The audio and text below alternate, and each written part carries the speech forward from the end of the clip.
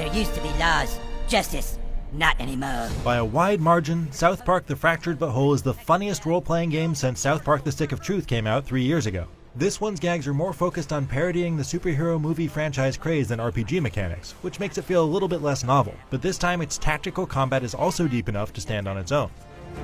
I have to go back, change the present if I can, and find this cat. And in doing so, perhaps I can change what has happened to all of us. Like The Stick of Truth, The Fractured But Whole looks and sounds so much like the show that at a glance it could be easily mistaken for a 20-hour episode when you're not in combat. Exploring its similar but expanded map of South Park and its dense references to the show is a treat for fans. It's hard to tell what's supposed to be real and what's all in the kids' collective imagination, and The Fractured But Whole delights in blurring that line.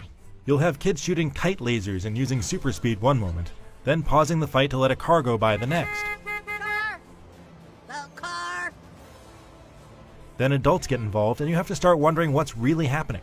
It starts out somewhat slowly, with your custom-made new kid and the boys embarking on a quaint quest to find a missing cat for a $100 reward, which Cartman plans to use to jumpstart the coon-centric equivalent of the Marvel Cinematic Universe. But after a few hours, it spirals into signature South Park absurdity, and you're fighting everything from Professor Chaos's minions to crab people. There's some genuinely hilarious stuff, like Timmy's Professor X parody and Wendy Testaberger's superhero identity, to name a few. They don't have a connection at Netflix. It even makes killing Kenny funny again. There were just a handful of times where a throwaway racial stereotype joke didn't feel clever enough to justify the sensitive subject matter. You dare disrupt the flow of chaos? The pace of the gags only really slows down when you're wandering the streets and going through the quick but frequent loading screens. The frame rate takes a hit sometimes too. My big gripe though is that while a lack of navigation indicators makes the screen look clean, I had to constantly pop open the map to figure out where I was supposed to go and which of the nearly identical houses contained my objective. And a lot of the text on the screen is a little too small to read comfortably from the couch. In the menus, The Fractured But Whole takes an interesting approach to character development. You start with one superhero archetype, but later can freely mix and match with powers from others, while slotting in gathered artifact items to increase your power level and stats. That makes the new kid a Swiss Army knife who can adapt as needed to support the other 3 characters on your team. He gradually felt less like my character as Cartman grudgingly opened up more powers, but being able to freely customize his look with gathered costume pieces helped. You can even change your gender at will. Okay, great. So as you know, that means that you're cisgendered. The grid-based combat scenarios start out pretty easy, even on Mastermind difficulty, but they get much more interesting in the second half thanks to many more things to deal with, including telegraphed attacks, area denial, summoned-in enemies, and real-time timers that force you to move quickly or be hit.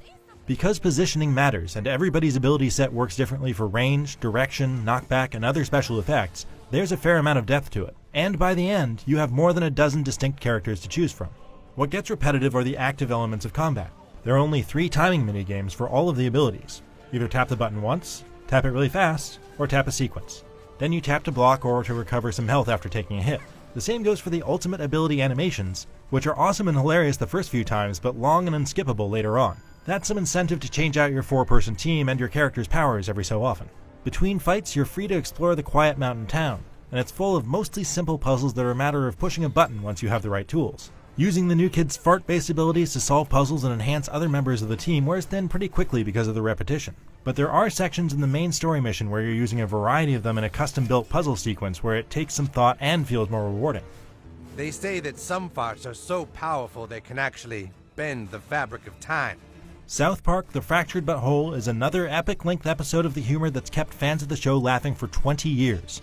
The Marvel vs. DC parody delivers regular laugh-out-loud moments with only a few faltering gags, and the combat soon evolves into something much more complex and interesting than the Stick of Truth's simple system. Navigation and repetition of some of its simple puzzle mechanics drag a little, but otherwise it's an excellent South Park game that's also a strong RPG. Alright, Mysterion's dead, you guys.